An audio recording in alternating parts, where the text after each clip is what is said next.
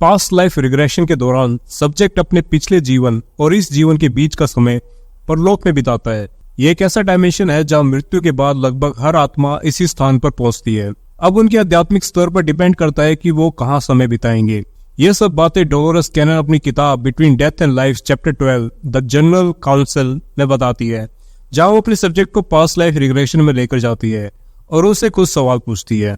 अभी बात करेंगे स्कूल इन आफ्टर लाइफ।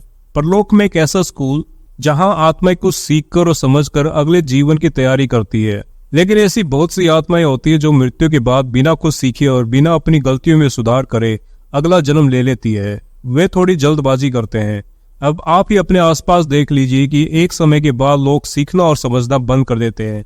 उनका इस मायावी दुनिया में इतना मोह हो जाता है कि वे बहुत ही जज्बाती हो जाते हैं। इसमें से आपको फर्क समझा रहा हूँ कि बहुत से लोग सीखना और समझना पसंद नहीं करते और वो केवल एंटरटेनमेंट में ही फंसे रहते हैं। ऐसा ही वो परलोक जाकर भी अपने ऊपर काम नहीं करते। आपने फेमस लाइन सुनी तो होगी कि वर्क ऑन योरसेल्फ, जो कि बहुत ही महत्व रखता है इस दुनिया में और परलोक में भी। अब आगे चलते हैं डोलोरेस कैनन द्वारा अपने सब्जेक्ट से पूछे गए सवाल कि स्कूल में आखिर होता क्या है। अब परलोक के स्कूल में काफी महान योगी गुरु होते हैं जो क्लासेस हमारी ले रहे होते हैं।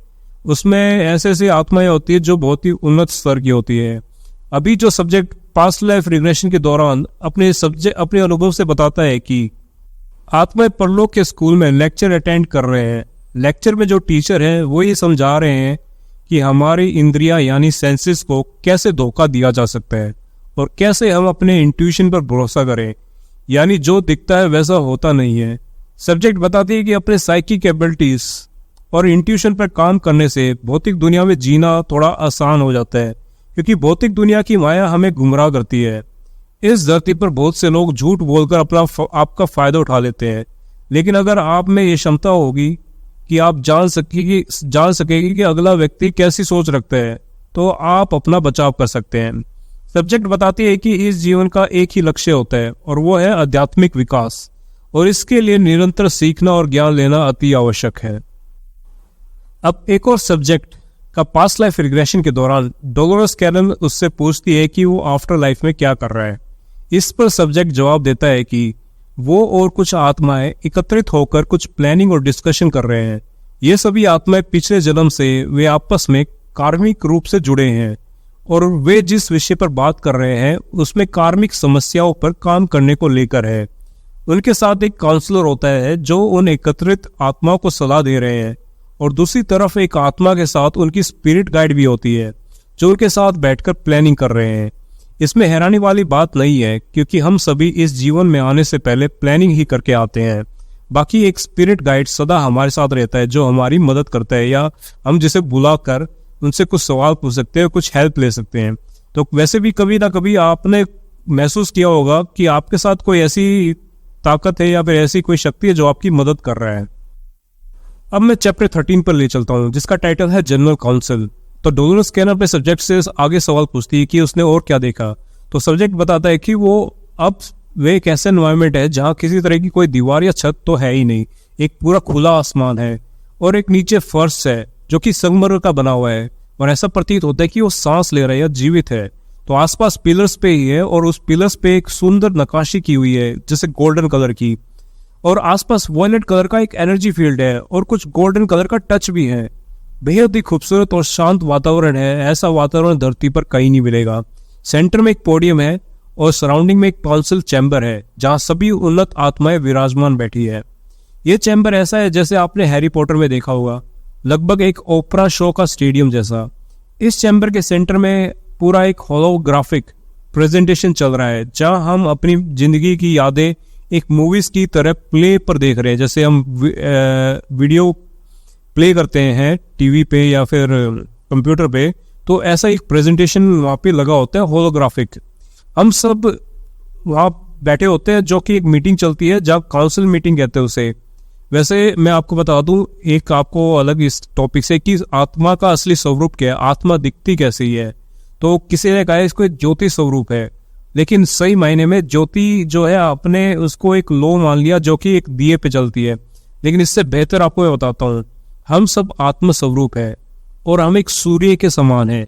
जिसके सेंटर से सफेद किरणें जैसे सूर्य की किरणें होती है वो बाहर की तरफ आ रही है। हम कुछ किरणें छोड़ रहे हैं और हम मानव जैसे नहीं दिखते, कि हमारी कोई मानव जैसी आकृति नहीं है।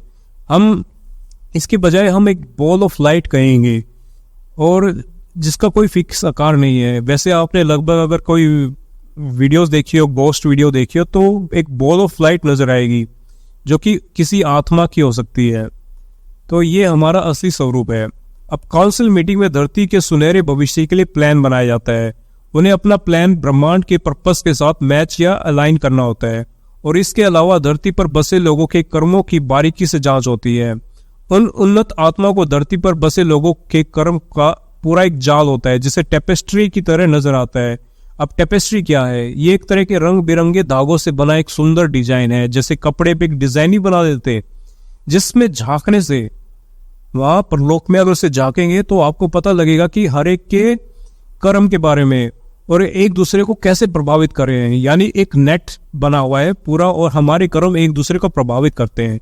हर धागा जो उस टेपेस्ट्री में, उस डिजाइन में लगा हुआ है, और धरती पर बसे हर इंसान की लाइफ लाइन है, जिसे देखने पर उसके कर्म द्वारा भविष्य देखा जा सकता है। इस बात को समझना थोड़ा मुश्किल है, क्योंकि यह हायर डायमेंशन का ज्ञान है। इस टेपेस्ट्री के माध्यम से हर एक का स्पिरिट गाइड अपने धरती पर बसे साथी की मदद करता है।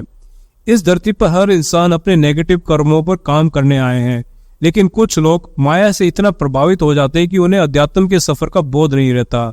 हालांकि स्पिरिट गाइड उन्हें बार बार सचेत करना चाहते हैं, लेकिन इन लोगों ने अपने आसपास बैरियर्स लगा रखे हैं, जिस कारण ये इनका संपर्क टूट जाता है।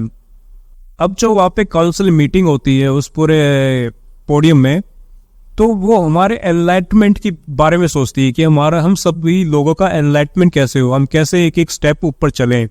और ये कार्य बहुत ही कॉम्प्लेक्स होता है, जिसके लिए काफी उच्च स्तर की आत्मा होती है। हम देखें तो परलोक में एक लेवल वाइज दुनिया रहती है, और लेवल काफी ऊपर तक जाता है, ब्रह्मांड तक। यानी ब्रह्मांड के लेवल पे एक ऐसी उच्च आत्माएं होती है जो पूरे ब्रह्मांड का निर्माण कर रही होती है आपस में मिलके। अब स्पिरिट गाइड के काम को और गहराई से समझते हैं। अब कुछ लोग अपने आप से झूठ बोलते हैं।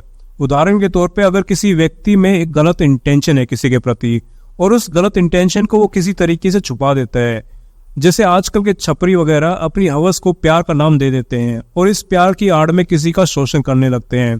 अब उनके स्पिरिट गाइड उन्हें बार बार बोध कराने की कोशिश करें कि तुम खुद से ऑनेस्ट नहीं हो और अपने आप को धोखे में रखे रहे हो, लेकिन वे इस सच्चाई से इनकार करेंगे। यानी उनको बोध नहीं होगा कि हम झूठ बोल रहे हैं, इतना उन्होंने कवरिंग कर ली अपनी इंटेंशन पे, गलत इंटेंशन पे। तो स्पिरिट गाइड क्या करती है, वो ये आपके कर्मों का पैटर्न देखकर आपका भविष्य भी देख लेते हैं, कि जैसे आपकी हरकत है, जैसे आपका बिहेवियर है, तो एक पैटर्न बनाती है, और उससे जो रिजल्ट आता है वो इस चीज के बारे में सतर्क हो जाते हैं, और वो आपको किसी भी एक्शन लेने से पहले एहसास करा देते कि आगे कुछ गलत होगा या सही होगा। बस आपका मन और आपका मस्तिष्क थोड़ा सा खुला रखना है, थोड़ा सा ओपन रहना है ऐसे ज्ञान के बारे को ग्रहण करने के लिए जो आपके फायदेमंद के लिए है।